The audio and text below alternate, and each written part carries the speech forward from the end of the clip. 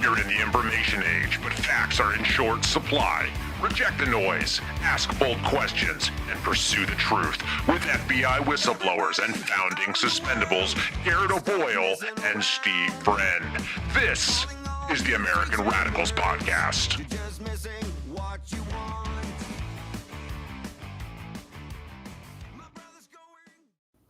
It is the American Radicals Podcast on a Tuesday, 10:30 Eastern Time, streaming to you live on rumble.com/amradpod. Reminder, guys, if you haven't already, give us a nice thumbs up there. Follow the channel. You want to subscribe?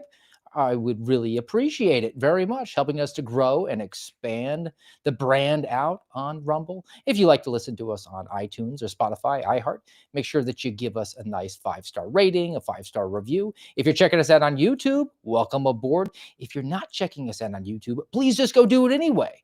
The American Radicals Podcast. And we're also coming to you on X at X America News, which we do with this program, this hobbyist podcast, every Tuesday, Thursday, Saturday, 10:30 Eastern Time. So it's a brand new week. Hope everybody had a great, restful, blessed weekend and is ready to get at it.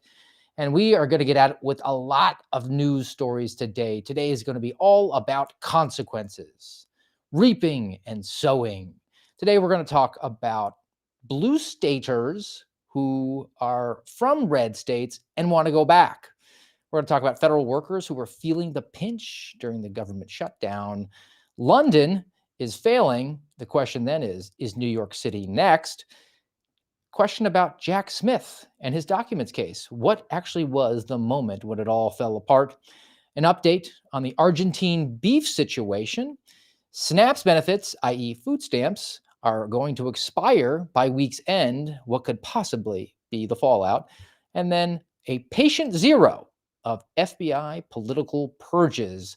We have a lawsuit now in effect, someone who's revealing what happened and transpired to her. So a lot to get to on the consequences front. But before we do, let's thank the underwriting sponsor of today's program, which it's a hobbyist podcast. And I probably should give the qualifier that it is a hobbyist podcast, meaning that I'm not here representing a particular arm, agency, department, or bureau of the federal government of the United States of America. Just here exercising my First Amendment rights to comment on news of the day, current stories, open source information, giving a unique perspective as we're wont to do here. And we do have sponsors of the program, but they don't really pay us. We just like to support American businesses, and there's some good ones. So today we're going to talk to the old school OG sponsor of the AMRAD pod, and that's the True Earth Pharmacy. Everybody needs to go right now. Well, maybe after the show. Or if you're at a computer or have the ability to multitask, go to trueearth.co. The 2 E's in the middle, no M at the end, trueearth.co. And when you do, you can find out all about all the different fertilizers that they have available there, and as well as personal health supplements. This is an American company. It is in Georgia. It is a family-owned business. If you have a homestead, a garden, you want to see some great yields. Right now, you might be planning out what you're going to do in the springtime. It's a good time to check that out in the fertilizer section. Or if you just want to get healthy, closing in on the end of October, only a couple months left in 2025. It's never too late, though. Today could be the first day of the rest of your life. And maybe you got some pain issues, concentration issues, relaxation issues, or you have a pet who's got some problems. Check out what they got available in the pharmacy, spelled with an F. And if you use the promo code that we give you here, AMRAD25, AMRAD25, you get 10% off everything in the store. And again, if you want to get more information, call up Claude at trueearth.co. He's the mad scientist, the CEO, the president, the chief guru out there. He likes getting calls from the American Radicals podcast audience. So be sure, if you got any questions, don't just blindly take my word for it. After all, I am just a humble hobbyist podcaster who has taken black turmeric now for a couple of years and had no pain. So personal testimony, I can tell you it does work, but give Claude a call up. trueearth.co, the True Earth Pharmacy. And I was talking about consequences, reaping and sowing, and we had the conclusion of the Pop Warner football season over the weekend. And bad news, sad news, was that my eldest team came one win shy of a conference championship. I know your hearts are broken for him, but they had a good year nonetheless. And this was sort of the message I tried to get across to him, and kind of comports nicely with what we're going to talk about today about consequences. I laid out for my eldest son that being in the championship is not just a random act. It's a consequence. You made decisions throughout an entire year, and it involved, first and foremost, getting good grades, because if you don't get A's, you don't play football in the Friend household. Secondly, he was working on his strength and his stamina and his speed, and he was learning about football. And I use an analogy when I said, if you came to me a year ago and wanted to deadlift 300 pounds, could you do it? Well, no. But let's say we set up a program for you to get stronger and eat the right foods and get enough rest and exercise regularly and also maintain your grades. And we worked and we worked and we worked. And 11 months later, you're able to deadlift 295 pounds. And you kept working that last month. And then you attempted the 300-pound deadlift. And sadly, you were unable to pick it off the ground. Does that mean that the entire year was a lost cause? No. You earned the right to give it a shot. So I gave him a little bit of consolation. They had a great season, but I also think that it comports with what I want to talk about today, because so much of what we're going to get into is consequences that are realized, or maybe some unintended consequences, but it could be from personal conduct or those who you outsource a little bit of your autonomy to, your elected officials. It could just be moronic decision making because you fail to look down the line and see the most obvious and clear ramifications from making bad decisions. So a lot of different variety, all sort of through the similar vein of reaping and sowing. And there's some long form pieces because I went to more mainstream news sources. So we're going to get into some New York Times and Washington Post, but I do want to bring up the first story of the day, which comes from the Free Press. The Free Press, the headline is Blue State Blues. Now, this is written by a social democrat who campaigned for Bernie Sanders. You might think I'd feel more at home in a blue state like New York than in the South, where I lived my entire life until 7 months ago, but I don't. I hate it here. I want to go back. After 7 months of living in a blue state, I have come to a conclusion that the guiding principle of the Democrat Party isn't really lukewarm welfarism combined with social liberalism. Instead, it is paternalism for the law-abiding masses and permissiveness for society's anti-social underbelly. So the only people who suffer the consequences of the crackdowns are the good people, whereas the street animals tend to get rewarded, or at least there's overlooking of what the sort of behavior that they're engaging in. And this writer here, River Page, gives a couple of examples which getting smacked in the face with the reality. Reaping what you've sowed is never as fun as just sowing it and walking away. So there's a discussion about standing on a subway platform. Nobody there except for River and a fat police officer. Now, River takes a hit off of the vaping pen and then hears "no smoking on the platform" uttered by this dumpy police officer. "Oh, it's fine," I reassured her. "It's vape." "Same thing," said the police officer. "If you do it again, you have to leave." Meanwhile, when River jumped on the train and got hustled by a homeless guy for money, and the train conductor did nothing to stop it. So again, paternalism for River, not so much for the unsavory underbelly of New York City. But that's, one off. The stories about the New York subways are sort of legion. How about when it comes to personal health, though? The last straw for River Page, and again from the Free Press, headline Blue State Blues. Believe it or not the last straw on the subway, but 2 weeks ago when he realized that it was October and he was pushing age 30 and was not in good shape. So decided to get a little bit jacked. He decided that he needed to buy some protein powder. And I can pull this down now. There's no need to belabor that image up there. So River wants to get some protein powder, engage in an exercise regimen, get a little bit jacked now, no longer look like a drug addict who's not seen it inside of a gym for a number of years. So he orders 2 big tubs from GNC, tries to pay with a credit card. But then there was a problem. The shipping, GNC told him, could not happen because the mailman had to verify his identity. Now, River is like many people, doesn't work at home. So if the delivery came during the day, he was not going to be able to verify his ID, show a driver's license to the mailman. I guess that's not racist, but voter ID is in New York City. But he wasn't able to make the order. The source of the protein-related woes, as he characterizes it, is that there's a law in New York that was signed in 2023 by the governor, Kathy Hochul. It prohibits the sale of over-the-counter diet pills and dietary supplements for weight loss or muscle building to people under the age of 18. So because of the paternalism of this blue state of New York, he's not able to get some whey protein. They have to verify that he's not 16 or 17 and is just starting to hit the gym as a teenager. So the final quote that I get is, "I have to jump through hoops to buy protein powder online, all to prevent the possibility of an out-of-shape teen in New York State from purchasing something that might help them get healthy." Blue State Blues.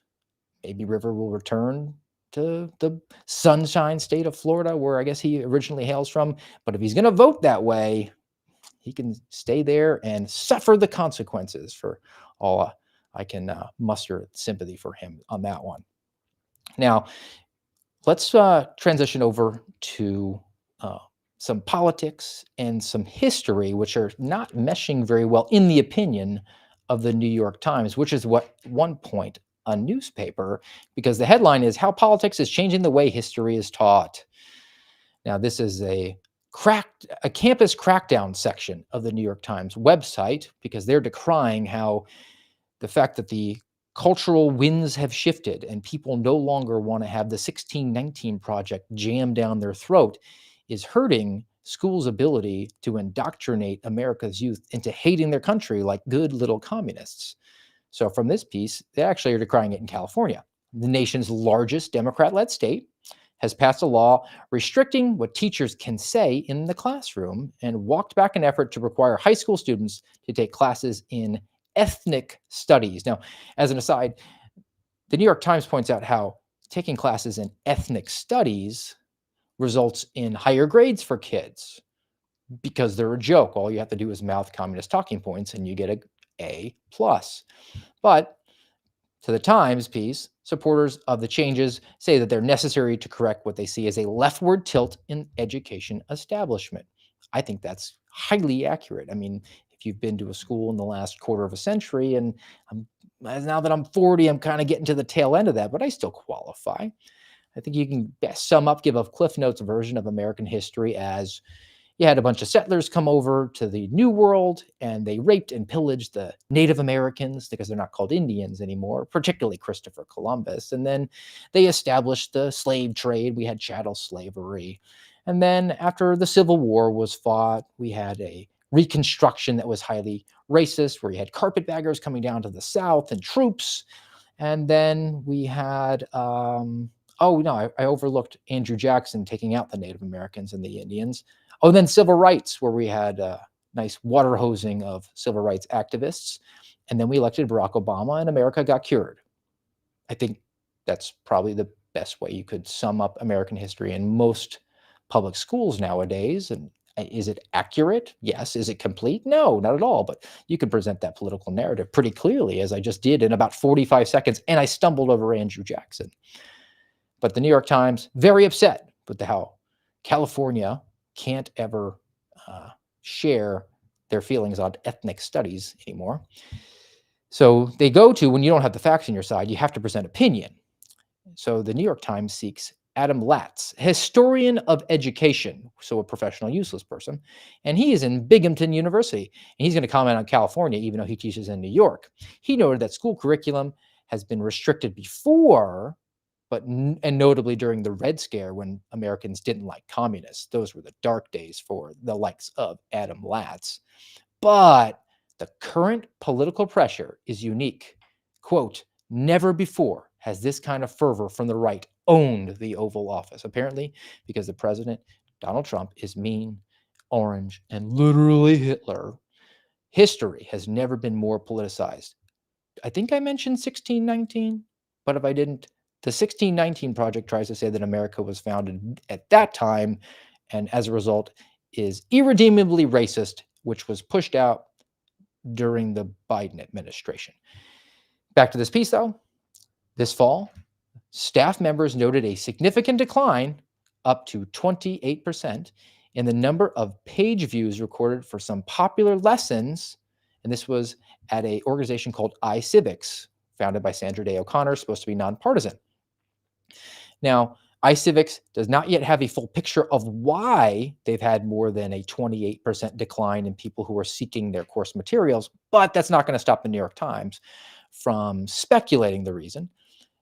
They quote Emma Humphreys, the group's chief education officer, so a communist, said that in her travels across the country to train teachers into the ways of indoctrinating students into communism, but now I'm editorializing just as much as the New York Times is, many have said that they were fearful of having classroom discussions veer into politically fraught territory, like questions from students about how Mr. Donald Trump, who's mean, orange, and literally Hitler, appeared to be violating the constitutional norms. So the takeaway from this educational group, which doesn't want politics roped into anything, is we can't teach civics or the Constitution because then we'll have to talk about conflicts between the various branches of government. And it's just so clear that because the communists aren't in charge of the executive branch, theoretically, at the moment, that they're going to somehow supplant that. And that's political. We don't want to talk about the healthy give and take and the power struggle that the founding fathers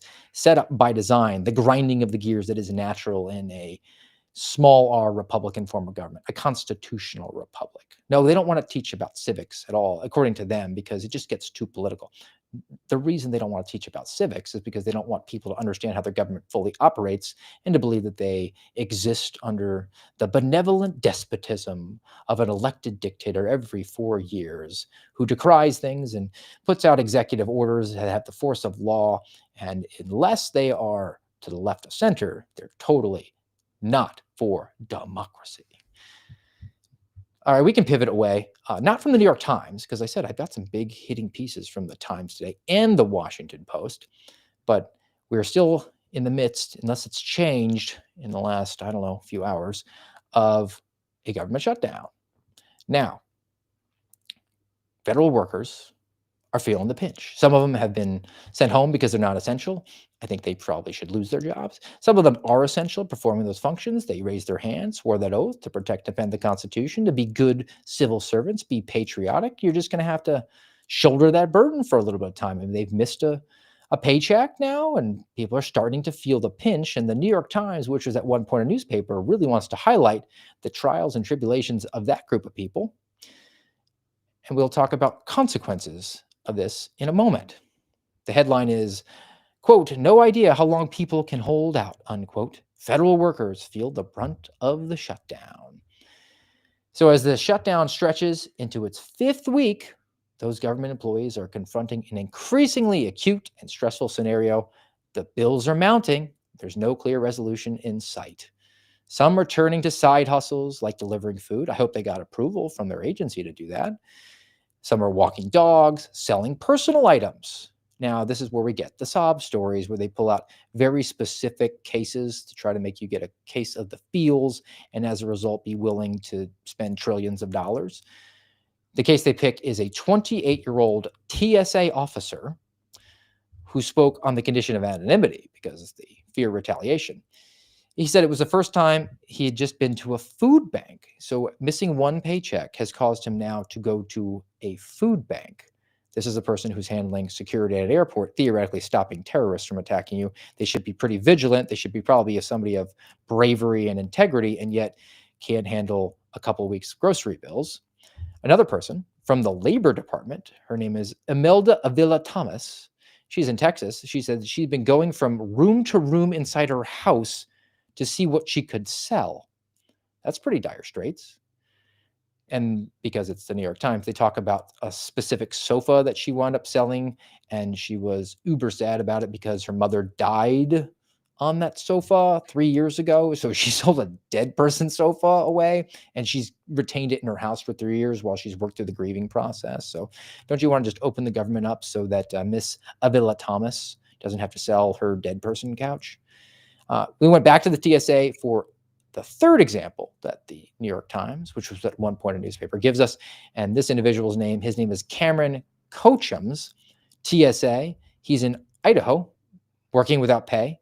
He said that his car broke down and he had to borrow his dad's car to get to work. It was so embarrassing and humiliating. Well, you know, it kind of should be. You can't afford $800. Talk to my buddy Garrett.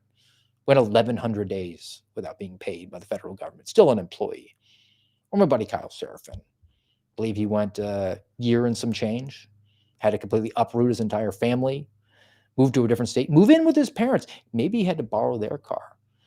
But you got to do what you got to do. This guy's missed one paycheck. $800, that's pretty much half, maybe a third of what you would expect to see a TSA officer get from a paycheck. Are you telling me that you can't absorb that level of expense? I mean, what if the cost had hit you and you'd been getting paid? Could you have gotten by with 30% of your paycheck missing because of the car repairs? Or would you be going to Family for Help? I think you should probably consider yourself blessed. You didn't really consider the consequences of your actions, did you? Maybe should have found a career that was more lucrative. Or if you like what you're doing, I'm not going to hate on you for that, you're going to have to make some adjustments in your lifestyle and accept that you work for the federal government. And from time to time, this is not like an unprecedented thing. From time to time, there might be a government shutdown. Now you are reaping what you've sown. You didn't put a rainy day fund aside, and you're having to be embarrassed by driving to work in a car that's not yours. Who's judging you in the TSA officer's parking lot? I've gone through plenty of airports. I doubt any of their opinions matter to anybody in the American Radicals podcast audience, but you don't know what sort of social pressure he's feeling so he can drive a high-end vehicle that apparently $800 repairs are going to put him in the poor line. So as the shutdown continues, government workers will have to make more tough decisions. Some said they called creditors to seek reprieve. So they're trying to get loans. Some of them are going to like payday lenders, by the way, which is ridiculous. You can just take your pay stub into a credit union and let them know that you're a federal worker. And many of them will give you interest-free loans because they know you're going to get back pay. Others said that they're looking to take out loans on their pension, which means that if you don't pay it back, you owe penalties and taxes. Again, not thinking through the consequences, but no one ever accused most federal workers of having the ability to think one or two steps ahead. Labor unions are encouraging affected members to sign up for federal food stamps. Imagine being a federal worker on federal food stamps. Well, not in November because those are going away. So again, you've now leveraged yourself in your career by failing to put a rainy day fund aside, or maybe even think about a different sort of career, which could pay you a little bit better. But you're going to put yourself in an even more vulnerable situation and rely on government assistance, which is subject to going away. So your career and your assistance, you seem doubly hemorrhaged at that point. And we'll have another piece again on the food stamps later on in the show. But on the subject of perhaps seeking outside employment, alternative employment, maybe the TSA officers or the Labor Department should think about doing some cleaning jobs. And I'm not saying that in any sort of degrading fashion, because there's a piece I found in Bloomberg. Headline: Skills gap is turning cleaning for the rich into a $100,000 job. Now, the woman that they profile in this piece, her name is Gina. She began working as a housekeeper. She's been doing it for 26 years, 2.5 decades of doing that sort of work.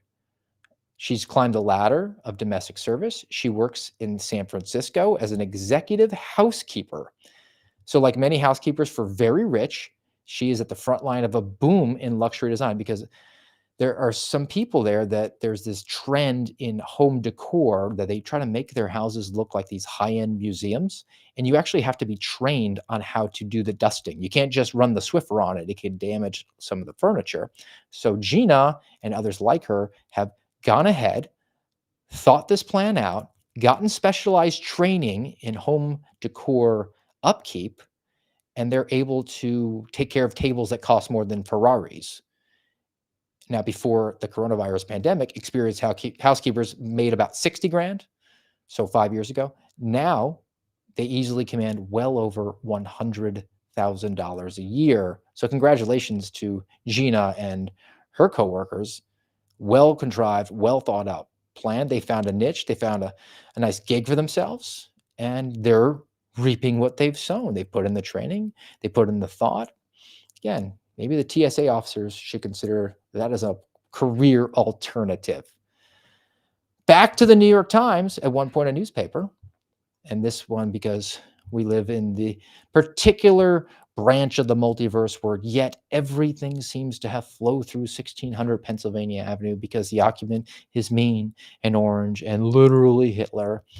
This is an opinion piece. Headline is Trump to cities drop dead as a throwback to Gerald Ford. And they kind of give you a little history on that one. As you can see, those watching us here on rumble.com/amradpod or the American Radicals podcast on YouTube, you see that the photo is of a Daily News front page where it said Ford to city drop dead. It's from 1975. So it was October of 1975. Millions of New Yorkers got the message. Federal assistance, which had only weeks earlier come was asked to come because New York was going bankrupt. The Fed said, we're not going to bail out New York City. So in a speech the previous day, the president at the time, Gerald Ford, made it clear he wasn't going to let New York City off the hook for their social spending. They hadn't thought through the consequences. He never actually said drop dead. That was some more editorializing by the newspaper. But now we need to compare it to the current president. So from the New York Times, at one point a newspaper, they say today, much is the same. White House that demonizes cities and a pointed, almost personal rebuke from the president toward the entire cosmopolitan populations. The ones that voted like 99% opposed to him. You think he might have a little bit of personal animus? The ones that had some prosecutors like in New York City or Atlanta personally go after him and try to put him in prison. You think that maybe there might be a little bit of animosity there? And maybe on the off chance that he had tiptoed through the raindrops as he somehow did in 2024 to avoid going to prison and then winning a presidential election, there might be a little motivation for retribution. Apparently, the folks over at the New York Times, as well as any occupant of any major city, didn't think that was a possibility because now there's some consequences. So, according to the Times, Mr. Trump is trying to score political points by citing supposedly crime-ridden cities as proof of the failure of the liberal idea. They're not supposedly crime-ridden cities. They're extremely crime-ridden cities. There's crime stats to back that up. And then because it's the New York Times and because they come from New York and they think that they're way more powerful than they actually are, way more influential, they have to make sure to flex. So they point out how Gerald Ford lost New York's 41 electoral votes, and that resulted in helping Jimmy Carter win the election in 1976. And if Donald Trump's not careful, he's going to lose the support that he doesn't need because he's not running for re-election because he's already been president 2 times. Well, he said, in this piece that MAGA will reap the whirlwinds, I suppose. The lesson is, quote, mess with cities like New York at your own peril. Now, I mentioned the crime rate being down, and it may be down. I'm not sure. There's been some news reports as it comes to New York City, but there's a news piece about it. And I want to dig into that a little bit here. Make sure that we're being honest and fair on the AMRAD pod. Here's reporting about crime in New York City. Well, despite Monday's slashing, the NYPD says subway crime is on the decline. July through September was the safest yearly quarter ever on the subway system. There were all-time lows in transit crime for July, August, and September, aside from the COVID years. Meanwhile, the first 9 months of this year also saw the lowest number of shootings and shooting victims of any year on record for that same time period. Well, this Okay.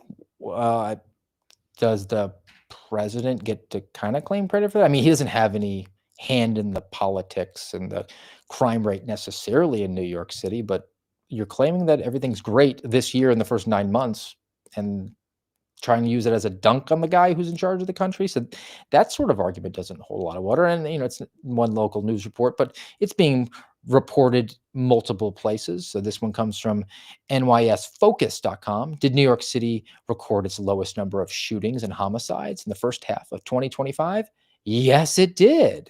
And that's from August of this year, so a couple of months ago. So they're trying to push back on this perception of crime being awful within New York City. Now, is it on the decline? Well, we can go to the CompStat and find out for sure. And it indeed does look like it is. But I think there's a couple things, because there's lies, damn lies, and statistics, which is what the CompStat represents. And the CompStat in New York City, it compares year over year. It compares a 15-year comparison and all the way back to, I believe, like 1990. So over 30 years, so you can see the general trend. And it's very hard to see because it's very small font, but I'll have to alert a couple of things to you. It looks like the 30-year trend has shown crime coming down precipitously, which would be a trend, not like a one-year thing. But year over year, let's see how things have been. I mean, they've gone from 23 murders to 18. Well, they're claiming that's a 20% drop, but it's 5 people. Oh, and rapes have gone up by a couple. And robberies are roughly flat, as are felony assaults. Burglaries dropped from just over 1,000 to just under 1,000. So, attaboy, I guess. Grand larceny has increased a little bit. So relatively stable. I mean, ebbs and flows as it goes. And then there's also always the pressures that come with reporting crime statistics in an election year. And we'll have a later piece about what's going on here momentarily, electorally in a city like New York. But if you look at that CompStat page in the top left-hand corner, it says Mayor Eric Adams, who was running again for re-election until very recently. So might there have been some pressure to, make that burglary into a trespass, make that felony assault into a misdemeanor assault? That goes on all the time. There's lots of pressure on the police departments to bring the crime stats down, particularly in an election year. And overall crime numbers being reported nationwide, it came out last year that there were 30% of police departments across the country who weren't reporting any crime to the FBI, so they could aggregate those statistics for the nation. And that's why the Biden administration was patting itself on the back about how crime came down. Well, they just weren't getting reporting from most of the police departments that were responsible for these large cities where most of the crime happens. So lies, damn lies, statistics. But I think the overall push here, back to the original premise of the Trump to cities drop dead, guys, stop bragging about how awesome your cities are. You, after all, on the news report about how crime was down, opened with, despite the recent slashing. So hardly a crime-free utopia. All right, let's go over to the Washington Post for our next one. And we're talking about big cities. Let's talk about London and New York, because the Washington Post, Democracy Dies in Darkness, has an interesting editorial. London's sad decline is a warning to New Yorkers. The depreciation of the British capital's once powerhouse economy is becoming more obvious every day.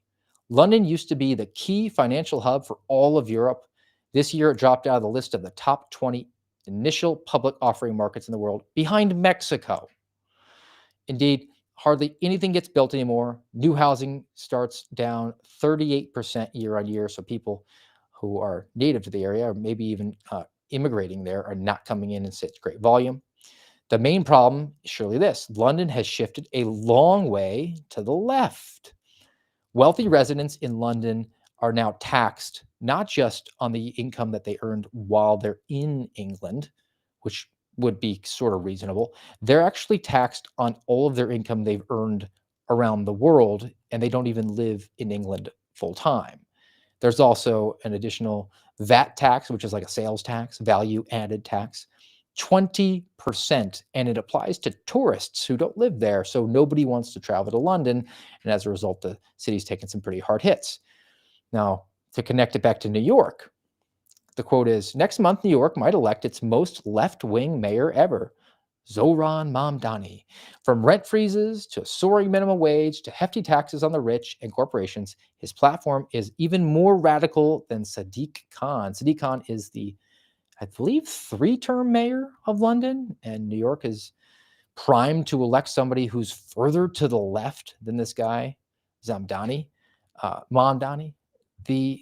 And I don't get wrapped up in New York mayoral politics. As far as I'm concerned, they can elect any sort of communist that they want there. New York doesn't have any bearing on my life. You all can choke on it, but it's been in the news lately, and there's some interesting appearances that he's made. So I got some video clips I want to throw up about this guy. If you've not been keeping track, if you're like me and don't care about anything outside the friendly confines of the land of milk and honey, which is Florida, this guy, Mamdani, is a communist, and he's running and gonna win, and you all can choke on it in New York City. Here's what he promises, though. Sounds pretty good. Here is what we stand for, my friends. We are going to freeze the rent for more than 2 million rent-stabilized tenants and use every resource at our disposal to build housing for everyone who needs it. We are going to eliminate the fare on every single bus line and make what are currently the slowest buses in the nation move around this city with ease. And we are going to create universal childcare at no cost to parents, so New Yorkers can raise their family in the city they love. And if you're not watching, you'll see on the lectern there, it says, New York is not for sale. You're going to have a fire sale there pretty quickly. Have you never heard the phrase, there's no such thing as a free lunch? But that's the promise of the communist utopia. They believe that there will always be other people's money to steal, tax, in order to pay for these pipe dreams so that they can get the masses on their side. Communism is a lot like 2 wolves and a sheep voting on what to have for dinner. People there are all riled up. They're amped up to get free stuff. You can't make childcare workers work for free. They're going to be paid. You can't improve buses from mechanics, from efficiency logistics experts, from the drivers themselves. You can't compel those people to work for free. I believe we have a constitutional amendment against that. So where does the funding come from? Well, it comes from the people who live there. They wind up paying for it one way or another. And then the people that get especially hammered over the head with it, like they did in London, with a value-added tax of 20% or tax on income that you didn't even earn within the jurisdiction, they just leave, which necessitates that you have to raise taxes again because you need money and you've lost some of your tax base and enter this death spiral economically. So many of these communist pipe dreams have tried and failed. And that guy's a big phony, and they get up there and they do the talk, and he has a very diverse background there, the people standing behind him, multiple people in turbans. It was very bizarre. He also emotes in a way that is completely inappropriate. And I'm just an observer of people's body language and movements. I can't say, oh, well, he looked up and to the left. He's clearly lying. But I've noticed this about this Mamdani guy. The less genuine he is, he tilts his head to the side. And the bigger and bigger whoppers that he's telling, because he thinks that turning his head to the side makes him look more trustworthy. And I can't unsee it. Now, his head isn't particularly tipped in a huge angle here, but this is him talking about the worst fear that anybody could have after a terrorist attack in their city, and that is, if the Muslims attacked New York City in 2001, the worst outcome could have been that Muslims felt uncomfortable riding around for reasons because we live in an evil, vile, vicious, racist society that he and his family moved here 7 years ago for. I want to use this moment to speak to the Muslims of New York City.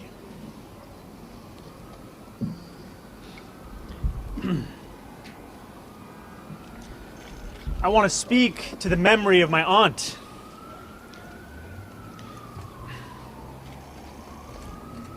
Who stopped taking the subway after September 11th because she did not feel safe in her hijab.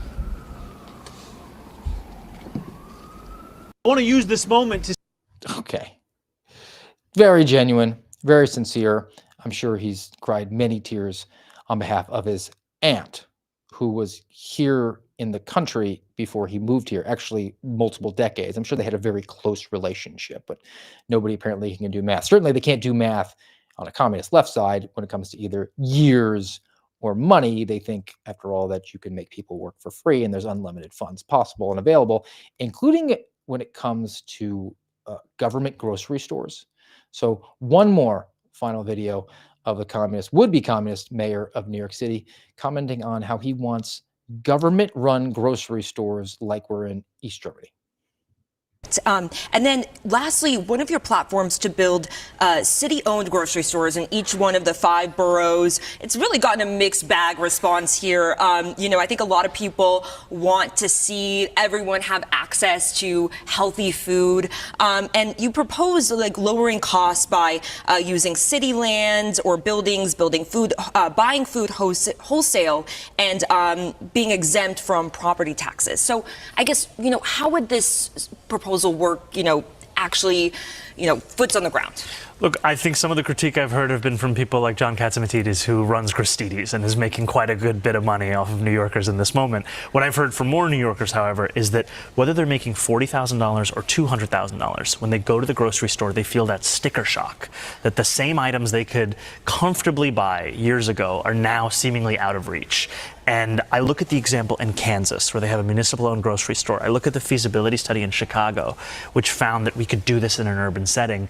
And I think about, why should New Yorkers not have that? Why should they not have not only access, but the ability to buy goods that are within their price range? So the core of this is cheaper groceries as a guarantee. The cost of this is $60 million to set up one store in each borough. So that's 5 stores as the pilot program. Now, that should be compared to the city's existing program called City Fresh, where they're set to spend $140 million subsidizing corporate grocery stores without any requirement for lower prices, any requirement for collective bargaining, or any requirement that they even accept SNAP or WIC. So we would take less than half of the money the city's already set to spend and actually deliver results. And just as an aside, the $140 million that the city's already spending isn't actually money that the city's spending. It's money that they're not taxing the grocery stores, because they're trying to incentivize people to open grocery stores so they can bring in more competition, so that there's more options for people, and more competition wouldn't necessarily or make the prices drop. That's the way basic economics works. And this guy, Mamdani, he doesn't understand that, or I think he probably does. He seems like he's a relatively smart person. He just wants to completely collapse the system and fold it into a communist utopia, of where he's, of course, on top. He'll be having steak for dinner, and you'll be having bugs. But the argument he's making is that he wants to take government money to stand up government grocery stores, which will have to pay workers government money. And they will have to put food forward for people to purchase, which will be cheaper because it's subsidized by the government, which doesn't have a profit motive. They don't have to turn a profit. They can actually turn a loss, because they can go back to the government and just say, give us more money. And then when all the people flood to the grocery store run by the city, instead of the local grocery stores all around the area, those will go out of business. So he will reduce the amount of food in the area and competition, which will cause prices to go down and will force people to rely solely and wholly on the city to make sure it feeds them. And he cited this example in Kansas City, where they have this city-run grocery store, and it's a proof of concept. He really wants to invest the money in it because it's been highly successful. Did he get the update? Headline: Troubled Kansas City grocery store is closed despite nearly $18 million in city investments. Ooh, the Google for the win again. It took me 2 seconds to find this story.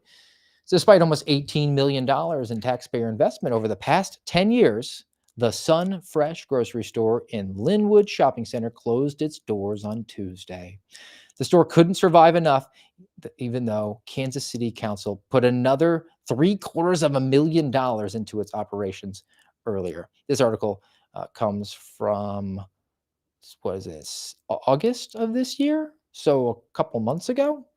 The mayor, Kansas City, his name is Quinton Lucas, said he was disappointed, but he believed the city money was well spent. How? The grocery store failed. You wasted $18 million and you drove local businesses out of business. Or was it well spent? Is this a consequence of the Quinton Lucases, of the Zoran Mamdanis, that they really want to drive out private businesses? Quote from the mayor: "We've fixed up the building. We kept that from becoming yet another decaying structure in the heart of our city." Well, congratulations. It looks really nice, even though it's closed. And they put a lot of money into security in Kansas City. And again, on the subject of consequences, maybe it has something to do with this. Homicides fall across the United States, but rise in Kansas City. Could it be a consequence of poor leadership, putting the focus on areas where it doesn't need to be? I mean, Kansas City is relatively close to Ferguson. I think there were some downstream consequences when Michael Brown died after trying to attack a cop, and it made its way to Kansas City. So KC wasn't alone, though, in having homicides go up. Boston, Cincinnati, El Paso, Fort Worth, Milwaukee also saw homicide increases. And I think that these are all the consequences of bad leaders, be it from ill-intended. I mean, was it misguided or was it ill-intended? In the case with this Mamdani guy, with the cases of the Kansas City mayor, I think you have an articulable case that can go either way. Are they completely bad at their job, or are they just really good at their job? Either way, the people in their control, within their space, their citizens, their constituents are suffering. They're now going to have higher grocery bills, have higher crime rates. And in the case of New York City, you're about to elect a Muslim extremist who believes that the city is irredeemably Islamophobic and racist, and is going to use the levers of power like a good communist to reward his friends and punish his enemies. His enemies are anybody who he can't tax money from. All right, that's enough about local mayoral politics, which again, good luck, New York. Just when it collapses, Florida's closed. We're building a moat with alligators in it. You can't come. I-95 completely shut down. Let's talk about consequences as it pertains to the Jack Smith documents case, which was reported recently in the Washington Post, because democracy dies in darkness. Now, the headline: How Jack Smith's strongest case against Donald Trump collapsed. This is a long article that details how Jack Smith was selected by Merrick Garland and the course of action that he chose to take against Donald Trump. And ultimately, he didn't think through it. And the Washington Post is big mad because they really wanted to see Donald Trump go to prison because he's mean and orange and literally Hitler, and now currently the president. But it's worth going into some of it to see how they've reaping what they've sown, which we'll get to at the end of the article. But first, the background. So the decision, ultimately, let's put the bottom line up front.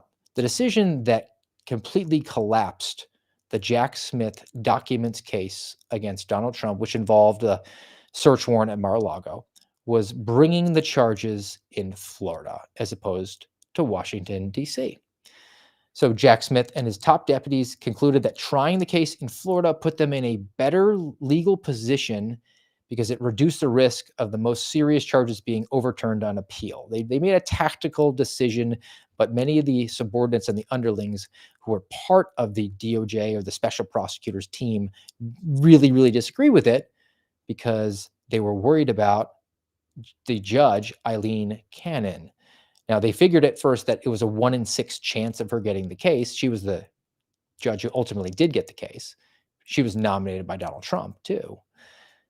But it wound up being like a 50% chance. They didn't do a proper calculation.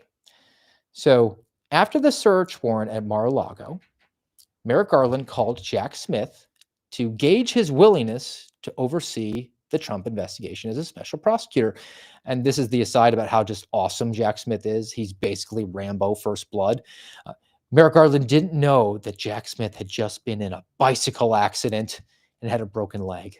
He'd been prescribed painkillers, and they were worried that the sedatives could compromise his ability to legally take the oath of office. But because Jack Smith is a Navy SEAL and Delta Force and pararescue all blended up together in one, he went cold turkey on the painkillers to take the oath of office. He was just a down the middle guy, not a partisan, not motivated at all to go after Donald Trump because he's mean, orange, and literally Hitler. So Jack Smith, who was in the Netherlands, comes back to the United States to take this up. In early 2023, you had the federal prosecutors, FBI agents. They were turning up evidence that they considered shocking. The quote from the Washington Post: "Some salivated at the potential wow factor it could have if the case went to trial," unquote. These are prosecutors. These are investigators, law enforcement professionals who were worried about the outcome, not the process. And because they deviated from the process, they got jammed up. They got jammed up because Eileen Cannon ruled that Jack Smith had not been lawfully appointed and confirmed by Congress as a special counsel. So the entire case went poof, up in smoke, and they had to cry and whine all about it. And then as a result of the weaponization that we saw and the politicization that we saw, closing this piece out here from the Washington Post, because democracy dies in darkness, Donald Trump succeeded at the polls in part by convincing voters he was the victim of a weaponized Justice Department that prosecuted him to try to hurt his chances at re-election. A year later, the fallout is still on display. Bum, bum, bum. Donald Trump's appointees have upended the DOJ, firing scores of prosecutors and agents who worked on the documents case. Oh, you mean the case that was weaponized and politicized, and people who were not worried about the process, they were worried about the outcome? People who were going after their political enemies to try to punish them and also reward their friends. Those people were eliminated like they should have been. That's the consequence. And Donald Trump got to use himself as Exhibit A of how the system was completely shattered and broken by the likes of the Jack Smiths and the Merrick Garlands of the world. Last thing I'll say on this one is Trump's appointees have charged some of his political adversaries pursuing indictments that in some instances career prosecutors declined to bring. Well, that remains to be seen whether or not those individuals are politically motivated or if they are actually just good public servants in pursuit of the process. Now, alluded to the consequences. Now, it wasn't just a consequence, like many people believe it was, that November of 2024, Donald Trump wins election for president, and that was the Super Bowl. The Super Bowl was over at that point. I've been saying over and over again, that was the start of the fight. If you really are interested in making America great again and bringing us back from the brink of the communist utopia that the Mamdanis are interested in taking us over on, then it doesn't stop at an election. You actually have to demand results from the people. So the consequences wasn't just Trump being elected, the Republicans getting control of the House and the Senate, and the Republicans are not really doing a good job of it at all. But there are some executive actions that are consequences that I'm sure the people who write for the Washington Post, I'm sure the people that worked on the staff with Jack Smith, or those who are advising the Mamdanis or the Sadiq Khans in London wouldn't like very much. So here's a consequence when you activated the American people to get off their duff and say, we're tossing these jerks out of office and putting somebody else in. This report comes from the Daily Signal. Headline, scoop, Trump moves to scrap Biden rule forcing taxpayers to fund alien children's abortion travel. Now, this is an acquaintance of mine. She does a good job, Elizabeth Troutman Mitchell. She wrote this last week. And a callback to the Biden administration. Almost 3 years ago, they proposed the, quote, unaccompanied children program foundational rule, very government speak. This formed the basis for providing transportation for minors to receive abortions, taxpayer funded. So now, under the new administration, Department of Health and Human Services, cleaning up the Biden administration regulation so that is in compliance with the Hyde Amendment. And this is nerdy, but stick with me. The Hyde Amendment basically says you can't use taxpayer dollars on abortion. Ergo, you can't fund the travel of illegal aliens to go and get abortions. Both the travel and the abortions are inappropriately to spend taxpayer money on, and they are violative of the Hyde Act. So that's a good one. But then I have to take it to perhaps the negative consequences and then the compounding negative consequences to follow it. So let's move over. We've done the good. Let's do the bad, to be followed by potentially the ugly. This is from Reuters. Headline, Trump to quadruple Argentine beef imports while U.S. ranchers fume. Now, we covered down on this, and I did some more thinking about it. The Trump administration is going to now import 4 times more Argentine beef than it actually had. They're going to manipulate the tariffs in a way that they get the low-cost tariffs to flood the American system with Argentine beef. Now, I believe a lot of that beef, as I've done some reading on it, gets commingled with American beef. So there's now analysts who are saying it's not really going to bring prices down. And I was talking about the Argentine beef thing in the context of making an argument and how it really doesn't appeal to either side. Whatever Donald Trump says, even if he's appealing to emotion, as he does with Argentina, about that they're dying over there, we have to do something because it's coming from him and he's mean and orange and literally Hitler. He's not going to make that emotional appeal to the left and bring them to his side. And the emotional appeal kind of just ricochets off the conservatives because they're more logically based and reasonable, and they just see the potential for American ranchers to be undercut by Argentine beef. So nobody is happy in this situation. But I thought about it more. I thought about it through a historical context. Now, if they bring in a bunch of Argentine beef, and let's say the analysts are wrong, let's say that the prices come down at the grocery store, even a little bit, that they can go up and brag about how we're making America well-fed on beef again. Well, now you have an argument to say, I did what was necessary to bring the prices down. And then when the ranchers get uber mad, we can do what the Mamdanis really want, but we'll actually bill it as and characterize it as making American ranchers great again, and we'll give them a bailout. So in essence, we will tax the people either through actual confiscation, theft, taxes, or through inflation, because we'll just print a bunch of money and borrow a bunch of money until the money in your bank account becomes worth less and less and less until it becomes worthless, so that we can transfer that money to the ranchers who we feel bad for undercutting them. It's almost like from each according to his ability to each according to his needs. Well, Steve, we're back. We're based. That couldn't possibly happen anymore. There's no historical context for that unless you watch a recent news report. And this one comes from local news affiliate in, this THV 11. Not sure if they have an affiliation with any of the major networks, but this is them reporting on some bailouts for the farmers. The Trump administration says it plans to release $3 billion in aid to help U.S. farmers withstand the ongoing government shutdown. Officials say the U.S. Department of Agriculture will reopen key offices Thursday to process payments and loans. That announcement comes as Arkansas lawmakers warn the state's agriculture industry is reaching a breaking point, with some predicting up to 40% of farms could shut down without relief. State leaders have urged the White House and Congress to fast-track assistance, saying farmers can't wait much longer for any help.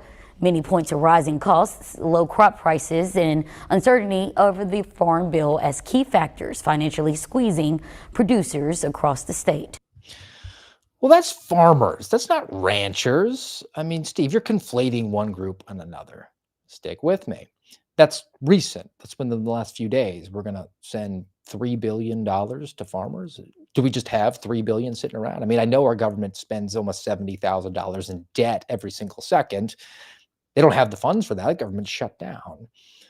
Let's go back to a historical context. Reporting from the Politico, and I think this was from 2020 during the first Trump administration. Headline is White House to give $19 billion in farmer aid. The quote from the Department of Agriculture, the program, I'm sorry, no, this is from Donald Trump himself. The program will include direct payments to farmers as well as mass purchases of dairy, meat, and agricultural produce to get that food to the people in need. So at the time, now we're back to Real Steve Friend speaking, at the time, $19 billion was being earmarked and set aside to just directly pay farmers and to purchase food products from them using money that the government doesn't earn, it just acquires via theft, I mean taxes or inflation. The direct aid to farmers totaled $16 billion, so money in their pockets. And then the Department of Agriculture bought $3 billion in surplus food, and they're just going to give it to food banks and other organizations. So we're going to use taxpayer dollars to feed people, each according to his ability, each according to his needs. And the Department of Agriculture, I think they're responsible not for just giving aid to farmers. They're also responsible for dishing out this thing called SNAP. Food stamps. CBS News reports. Federal food aid will not go out starting November 1st amid government shutdown, according to the Trump administration. The new notice comes after the Trump administration said it would not tap $5 billion in contingency funds. The bottom line is the well has run dry, said USDA. At this time, there will be no benefits issued November 1st. We are approaching an inflection point for Senate Democrats. They're going to try to politicize it and say it's the Democrats who are making people hungry and not able to get their food stamps. But let's bring it full circle. We have Argentine beef that's going to be brought in. The government has a track record and a history of spending money that they've acquired via just printing it and inflating the dollar, or stealing it, taking it via taxes. They're going to argue that they've brought down the prices of beef. And if they don't do that, it's not a big deal. They'll just buy more beef and give it out.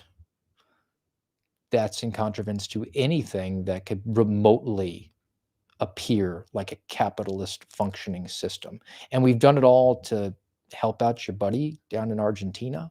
And meanwhile, the consequences of this are compounded by tough economic times and people who are on government welfare through SNAP benefits, which, because you're now feeling the squeeze as a country economically, not just because of a shutdown, but because of the consequences of bad economic decisions made by you and by your predecessors in government in both the executive and legislative branches to just punt the ball, kick the can down the road every single time they've been pressed for a decision on making these decisions to tighten the belt, to go through some sort of decision making where we have to reduce our outflow because they've never had the courage of their convictions. You have addicted the American people to welfare.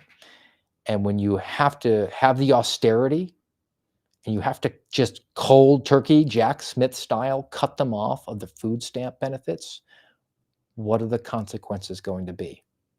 1 in 8 Americans are on SNAP benefits. That's almost 50 million people. Do you think all of them are just going to take it lying down? You're going to have violence in the streets. It's not going to be good. You haven't thought through the consequences of this. And I'm somebody who doesn't believe in food stamps. And I'm not blaming the Trump administration for cutting it off. If I'm going to blame them for anything, it's for not permanently cutting them off and setting up a system in which there's an actual avenue for private ability to care for people and build them up. Don't make welfare a hammock, make it a safety net. You need some temporary help? We're here to help you. Even if you work for the TSA and you should do better, yeah, we could be here to help you out. But you're not going to relax on it, as the statistics bear out, where people could be on it for 2 years or longer. All right, I've got one more story I want to get to, and it's a court document, so it's not the prettiest to look at, but as somebody who's a firm believer, if you look in the background here that I have and watching us on rumble.com/amradpod, of the Suspendables, you'll see my nice suspendable flag. Suspendables do the right thing at the right time, the right way, for the right reasons. Dunking on Chris Wray with that one. But this is about the OG, possibly, patient zero, as she describes herself, suspendable. Her name is Kellyanne Riley, who's just filed a lawsuit against the FBI and the director of the FBI. And it's not personal to Kash Patel. He just happens to be the director. It's in his official capacity. And it's a lawsuit also against Pam Bondi. And again, not personal. She just happens to be the attorney general. But consequences of doing the right thing, or even just expressing your opinion. So the facts of this case, I'll go through. Kellyanne Riley, she was a financial analyst of 26 years with the FBI, describes herself as patient zero in the FBI Security Division's orchestrated campaign to purge employees. So in January 2021, January 11th and 14th, this was post-election 2020, post-January 6th, pre-Biden inauguration. At the end of the workday, Kellyanne engaged in a private conversation where she expressed her viewpoint that the 2020 presidential election involved irregularities and might be overturned by a lawful judicial process.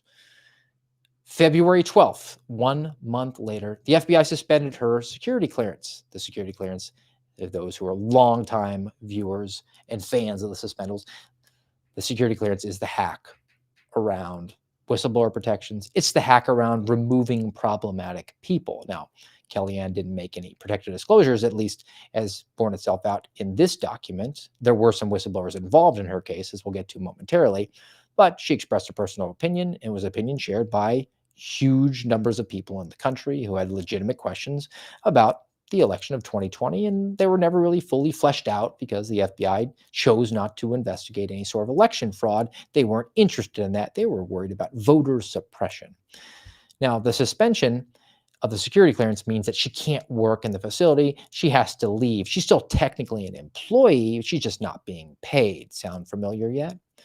So from this lawsuit again, the suspension notice given to Kellyanne said that she had demonstrated, quote, potentially vulnerability to manipulation and coercion based on her political views. No further information in that regard. The FBI further claimed that Kellyanne, her expressed belief was baseless conspiracy theory. I was told that my concerns about the weaponization of the January 6th process were also a conspiracy theory, and that also her views may involve engaging in acts of violence or criminal activity. No further information. I'm just going to throw out some very heated language about a financial analyst who wasn't even a gun toter. Now, following her suspension, the FBI Security Division subjected her to the Trump questionnaire. And again, longtime fans of the Suspendables and myself would be familiar with this one. This was the questionnaire that was posed not to me personally, but to my coworkers, where they asked about my opinions on the president of the United States, Donald Trump, as well as my concerns about coronavirus, not really relevant to any sort of investigation. And in Kellyanne's situation, they were asking about whether or not she had violent tendencies. That was the premise of her being removed and having psychological problems. I don't know why her opinion on Donald Trump or coronavirus would have mattered. And yet, this questionnaire was presented directly to her. That was the hubris at the time. They weren't quite as finely tuned yet as they eventually got to remove the Kyle Serafins and the Marcus Allens and the Garrett O'Boyles of the world. So later in 2021, the FBI formally revoked Kellyanne's security clearance. And now we're cooking with hot sauce right now. Hot oil. So she's been revoked. They've destroyed her career. Her reputation is tarnished.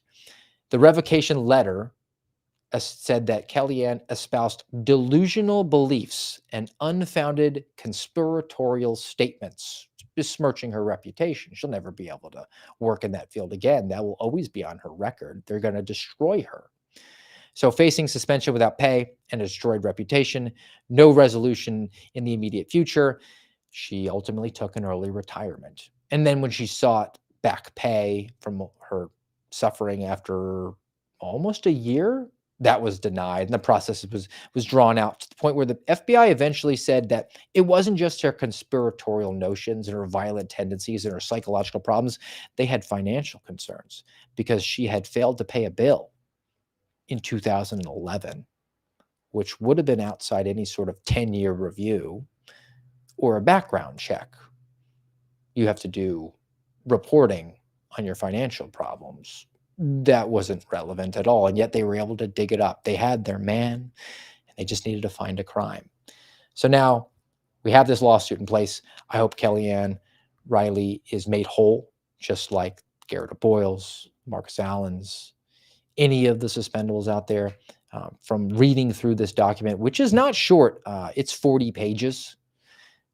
She was completely railroaded, and she actually is the patient zero of the purge. Now, the question is, what are the consequences? She faced down the consequences of believing that she was amongst colleagues and sharing an opinion that they might not agree with, but thinking that certainly they're not going to report me. And certainly the agency itself isn't trying to purge people. The scariest thing is that this is now just coming forward, and she hasn't done it publicly. She's not felt comfortable, I guess. Maybe she's been discouraged from doing it by her legal representatives. And it's just because of a small-time tweet that I happened to catch this and able to read through the document. She felt those consequences. Now I hope the Department of Justice and the FBI feels these consequences of purging somebody for engaging in First Amendment protected activity, having reasonable concerns, and being punished, making the process the punishment. Where's the consequences there? Hopefully there are some soon. So that's going to do it for us on the news rundown of the day. Again, on this hobbyist podcast, commenting on open source information and news, not really representing any particular arm of the government, bureau, division, agency. But we do have a palate cleanse, and we do have a biblical worldview, and it's relevant. It's Colossians chapter 6. Got to go there, guys. Verses 7 and 9. Do not be deceived. God cannot be mocked. A man reaps what he sows. Whoever sows to please their flesh, from the flesh will reap destruction. Whoever sows to please the Spirit, from the Spirit will reap eternal life. Let us not become weary in doing good, for at the proper time we will reap a harvest if we do not give up. I'm glad that Kellyanne Riley never gave up. Glad she's continuing to fight. I'm glad, and I hope that she reaps what she's sowing now with this lawsuit. Hope that there's more wisdom when it comes to addicting the American people to government welfare. Hope and I pray that we're not going to reap what we've sown there when we've gotten 50 million people on food stamps who are now going to be feeling the pinch. Advising people who are seeking government service, maybe they should reap what they've sown by setting up a rainy day fund, be able to absorb a government shutdown every now and then, particularly when we are, as a country, reaping what we sown and electing some of the worst, most feckless, unique eunuchs who have ever existed, who are unable to make a decision on austerity and actually be honest with the American people and say, we're really sorry that our predecessors, you don't even have to own it yourself. We're really sorry that our predecessors promised you the moon and the stars and that you would never have to feel the consequences of irresponsible spending. But now we're going to have to shoulder that burden so that your kids can have a country. No, just eat, drink, and be merry. Don't worry about it. Bread and circuses. Tune in tomorrow when we give you the latest cable news hit on the Schumer shutdown. Those people should be reaping what they've sown, and they probably will. Or they'll expect us to when we have our currency debased over and over again until the dollars become worth less and less until they become worthless. And then when you've cut off the welfare and you've made people poorer, you're going to be shocked and stunned when they're very unhappy with you. Hopefully, calmer heads will prevail. And that's pretty dark. So I want to laugh. I want to laugh at something dark. I'm not a fan of the horror movie genre. We are in this week leading up to Halloween. My wife really likes the movies. She likes those Saw movies. She says the first couple, I guess they're a little bit more intellectual. But I saw this video about the Saw puppet. I didn't watch these movies because I like to sleep at night, the few hours that I'm not worried about a tactical team hitting my front door. But this is a funny take on the puppet and wanting to play a game. So let's laugh at something really dark. I want to play a game. Okay, well, I want to take a shower, so... The toilet has been clogged with 2-ply paper towels and dirty socks. If you do not fix it in the next 27 seconds, it will overflow, covering your personal electronic devices in filthy toilet water. To reach them, you must walk barefoot across a floor covered in razor blades. The clock is ticking, Gary. Make your choice. Gary.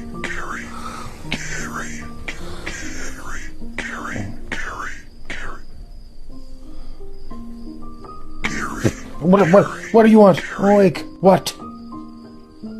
You are completely surrounded by armed mousetraps.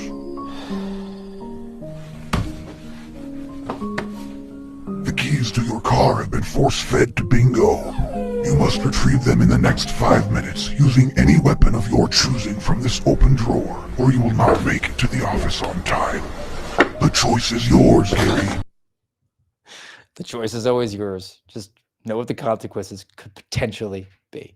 All right, that's going to do it for us today. If you haven't already, watching us on Rumble, rumble.com/amradpod. Give us a nice thumbs up, follow the channel. You like us over on the YouTube, the American Radicals podcast. Make sure you give us a thumbs up there. Give us a 5-star rating on iTunes, Spotify, iHeart. And you can also share us over at X America News. Back with you on Thursday at 10:30 Eastern Time. Until then, guys, have a great day.